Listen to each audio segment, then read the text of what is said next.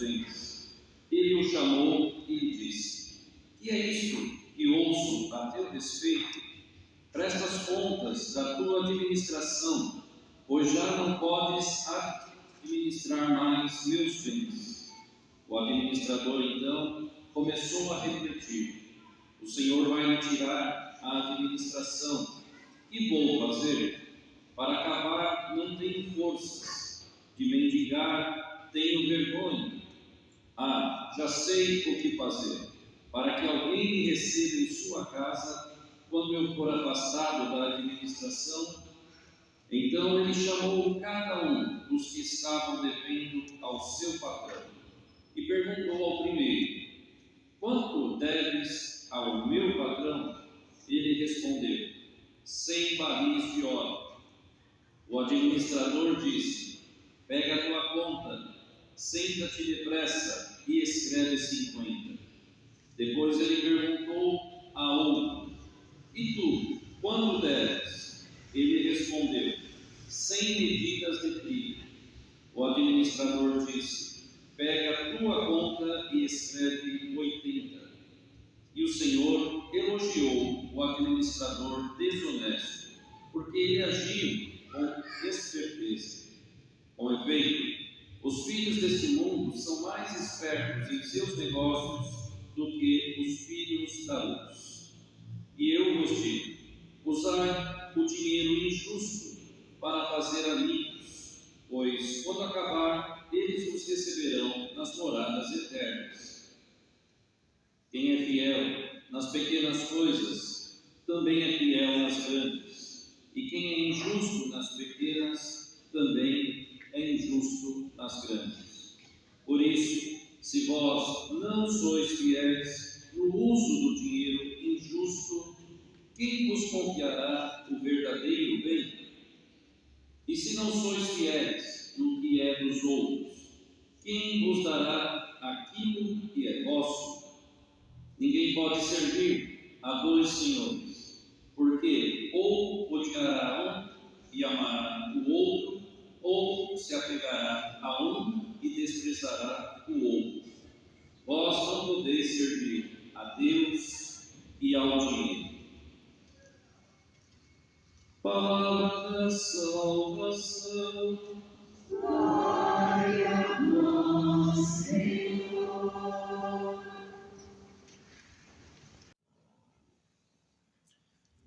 Meu irmão, minha irmã, acabamos de ouvir o Santo Evangelho deste 25º domingo do tempo comum. Para a nossa breve homilia de hoje, nossa reflexão nesta homilia, nós temos que entender que muitas parábolas de Jesus até hoje são polêmicas, né? E a parábola também que é apresentada hoje do administrador infiel é um bom exemplo de como isso acontece. Se nós fizermos todos, né, uma leitura muito apressada, vamos sugerir que a ideia de que o Senhor faz um elogio à má fé e à esperteza de um homem desonesto. Porém, cada um de nós deve perceber que a centralidade da mensagem não tem um eixo, né, a astúcia de um caráter, né, mas o fato de que, mesmo diante de uma situação difícil, aquele não se sentou sobre os problemas, nem se perdeu em lamentações acerca de sua má sorte. Muito pelo contrário, meu irmão, ele buscou os recursos que dispunha, mesmo que desonestos, podemos dizer assim bem na verdade, para sair da situação em que se encontrava. Ele não se deixou ali abater pelo desânimo, pela angústia, pela derrota, antes se dispôs para a luta, né? A sua atitude e suas circunstâncias bem lembram, muitas vezes podemos fazer uma comparação a personagens, né, que nós temos de mau caráter, de desenhos animados, um bom livro de romance, até de novelas que as pessoas gostam muito hoje. Estão sempre sendo, de certa forma, surpreendidos negativamente, né? Quando seus ardes são descobertos e, ao invés de se abater, reformulam suas estratégias e continuam atrás de seus projetos. Por um outro lado, nós também vemos os personagens que representam todas as situações de bem, nessas mesmas novelas, filmes, né? E assim seja. Eles nem sempre têm a mesma objetividade e perseverança de propósito.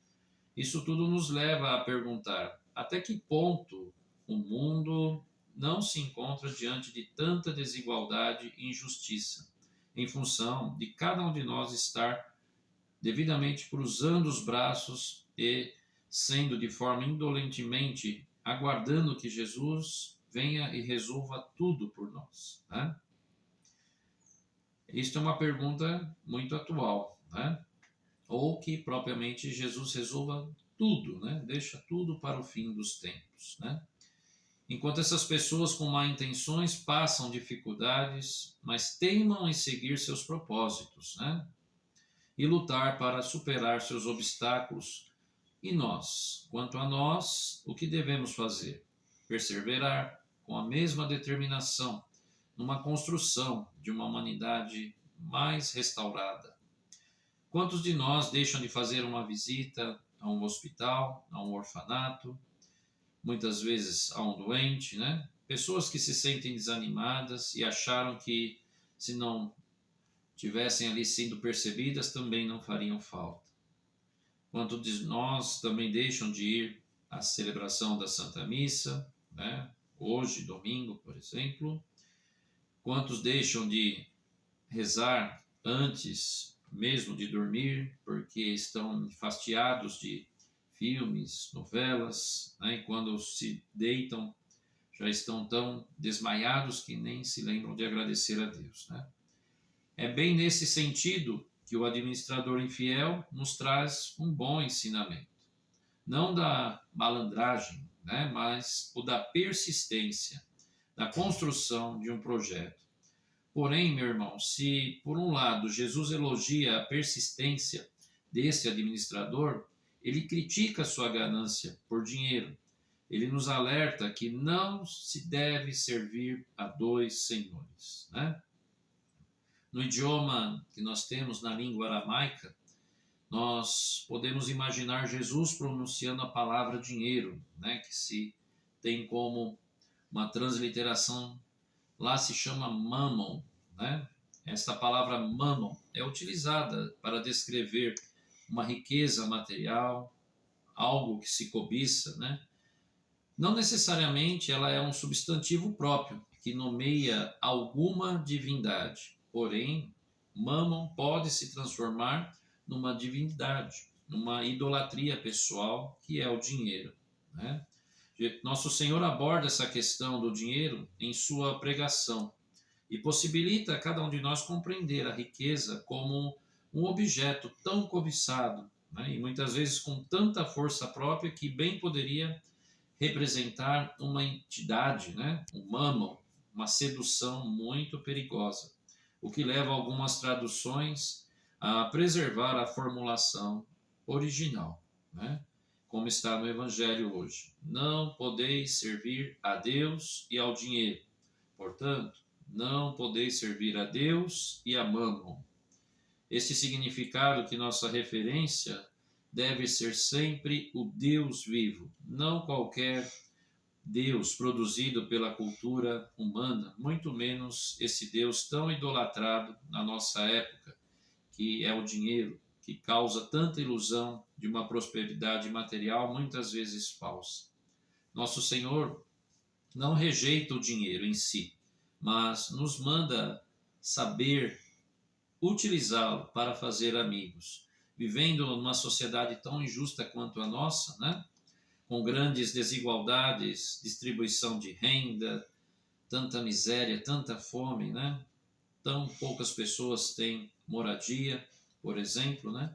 Preocupava-se com os pobres diretamente. Este era o objeto de Cristo principal, os pobres. E nos estimulava a ajudá-los, observando que a riqueza é dada para quem sempre hajamos como administradores, né? Pois o Senhor, um dia, que a confiou a nós, esta mesma riqueza, vai também pedir contas dessa riqueza. Por fim, meu irmão, minha irmã, se nós fazermos uma leitura mais atenta desta frase do Senhor hoje no Evangelho, nos levará a compreender que sua afirmação é de que não se pode servir a Deus e ao dinheiro, ou a Mammon, né, de uma forma simultânea, mas nos diz que não devemos nos utilizar também da riqueza para empregá-la de forma ali sempre adequada, né? Sempre utilizar a riqueza de uma forma adequada e não desadequada. A medida de nossa sabedoria encontra-se justamente nisso, fazer nossa escolha por Deus, sem com isso desprezarmos nada material, porém equilibrando, agindo como verdadeiros filhos da luz e não das trevas, como todos nós o somos pelo nosso batismo, colocando em cada um do seu devido lugar esta necessidade de ser instrumento e serviço diretamente ao próximo, ao pobre, a quem tanto sofre ainda nos nossos dias atuais, né? Tornando-nos, enfim, ricos em doar e não em reter, em acumular individualmente cada vez mais. Que nosso Senhor hoje, através desse ensinamento, nos ensine a agir com prudência, com persistência, como fez este administrador infiel. Porém, que nós saibamos usar como se deve as riquezas que de Deus recebemos, que são também dons para serem transformados em serviço, principalmente aos mais necessitados e aos pobres. O Senhor esteja convosco, Ele está no meio de nós. Abençoe-vos Deus Todo-Poderoso, Pai, Filho e Espírito Santo. Amém. Permaneçamos em paz. Uma excelente semana para todos.